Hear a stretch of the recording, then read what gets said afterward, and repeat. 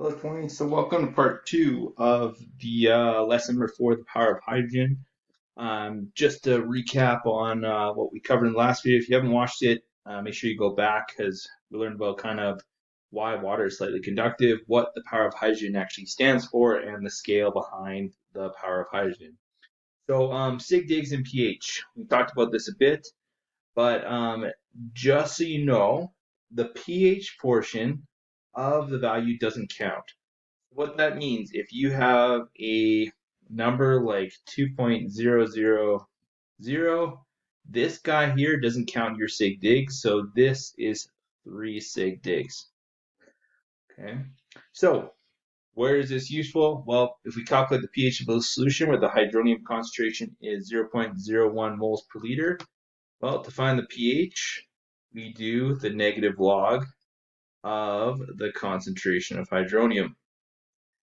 And then we put in our values that we know. So our negative log is 0.00100. Remember that big M means molarity or moles per liter. And we get a pH of negative log 3. So when we're writing this out, we need to look at, okay, what the sig digs are. So this part here tells us that this is 1, 2, 3 sig digs. Remember, those leading zeros don't count. When we're writing pH, this number or anything before the decimal doesn't count. So we need 3 sig digs, we need 3 zeros behind. So our pH becomes 1, 2, 3, and our pH is 3.00. Okay, so that's how we do a question like that. So you have the power of hydrogen, which you've probably heard of before at pH. There's also POH, which is the power of hydroxide.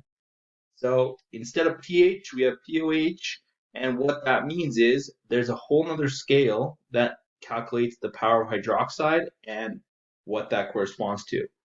The formulas are very nice and easy because once you know the hydroxide formulas, the hydronium formulas, you know the hydroxide formulas. So to compare, pH is the negative log of the concentration of hydronium.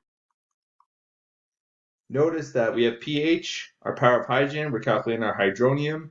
For POH, we have hydroxide to get the POH. To get the concentration of hydronium, well, we do 10 to the negative pH. So the pH gives us our concentration of hydronium. POH, 10 to the negative pOH, gives our concentration of hydroxide. So both formulas, you really only need to know two because you're interchangeable. You just have to make sure you're using the concentration or the right pH or POH based on what you're doing. The mathematics part, nice part about this is the scales you can quickly convert between them. So if you have a pH, you can find what the POH is by the fact that 14 equals pH plus POH. So if you have a pH of 3, well, to get 14 with that, you have to add 11. So if we have our pH, we can solve for our POH. We can also use this in the logarithmic scale if you solve for the concentration or you have the concentration of hydronium, you can find the concentration of hydroxide by rearranging our formula here. So the pH scale versus the POH scale, they're opposite of each other. So what that means is this guy here is your pH scale. And pH, right, we have neutral, it's 7. And as you get higher on the pH scale, it becomes more basic. As you go lower on the pH scale, it becomes more acidic. So the POH scale is just a flip of this. So the nice part is 7s align with each other. So on the POH scale, neutral is both at 7, but with the POH, as you get smaller and smaller numbers, you're getting more basic. As your numbers get bigger, you become more acidic. So power of hydrogen, as we increase the hydrogen, that's our hydronium. As we start increasing that, we get more and more hydronium, we get more and more acidic. On this side, as you start increasing the hydroxide, your number gets smaller and smaller, and you get closer to 0. So they bounce back and forth between each other.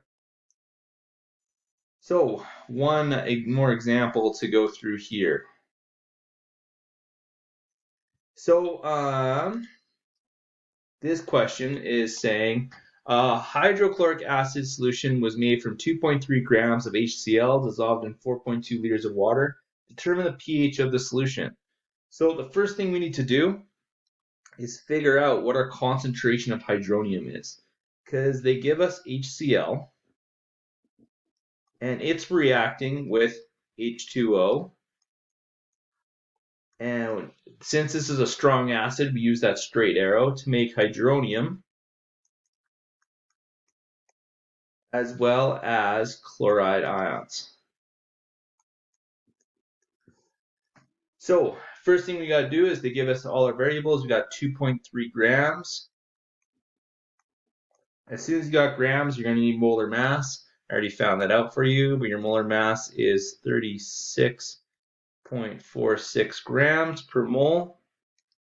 And the last part we have is we have volume, which is 4.25 liters.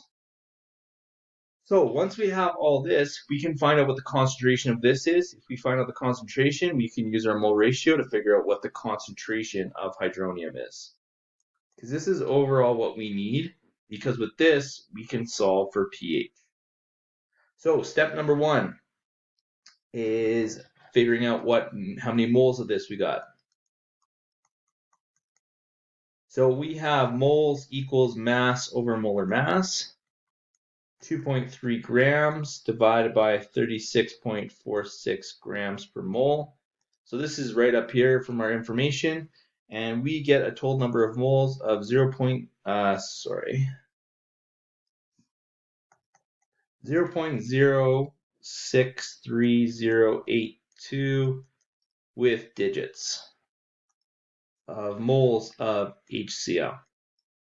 So as soon as we have moles of HCl, we can find our concentration of HCl by using N over V.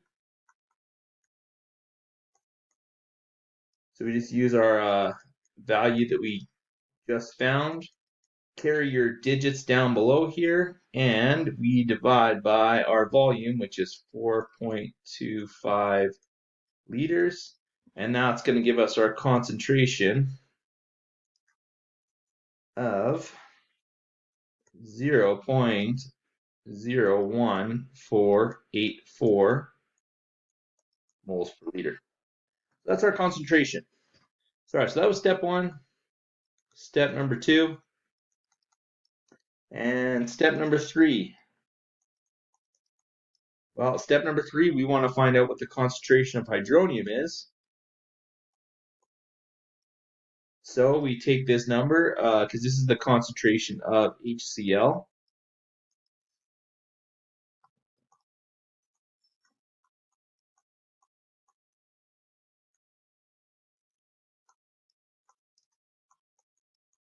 We times our mole ratio, which is thankfully a 1-to-1 ratio. So we have 1 mole of H3O plus.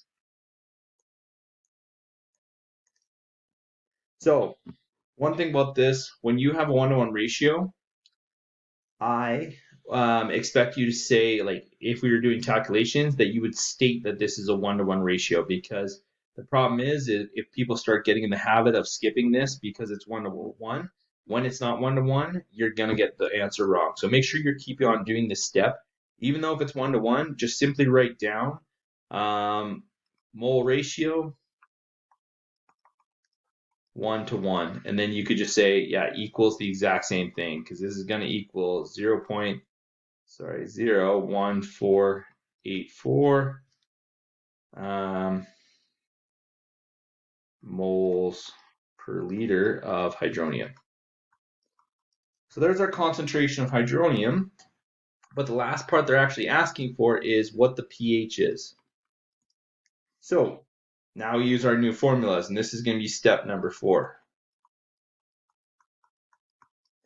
So step number 4, we use to find our pH the negative log of the concentration of hydronium.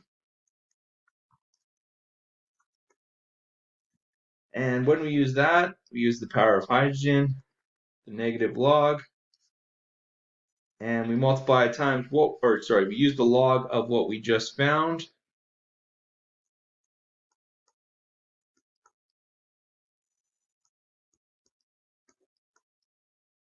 And we get our pH value of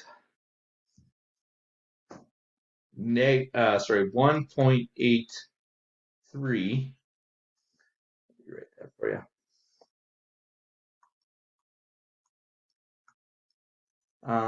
pH is 1.83.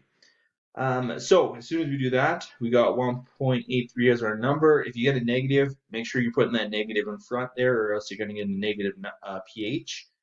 And when you get that, we check and we say, okay, what are our sig digs? We have 2 sig digs, 3 sig digs, so our answer needs to be in 2 sig digs. So this guy doesn't count. 1.83 is our final answer for our pH. And there you go. So there's an example. There's the part 2. And make sure you review and understand these different formulas that we use, because they'll come up in different situations. But all this stuff is building on what we've done in solutions using the mole ratio. And then here's our new stuff for today. So if you haven't gone through lesson 3, make sure you, or lesson number 3, make sure you go back and do that for sure, before you even start this.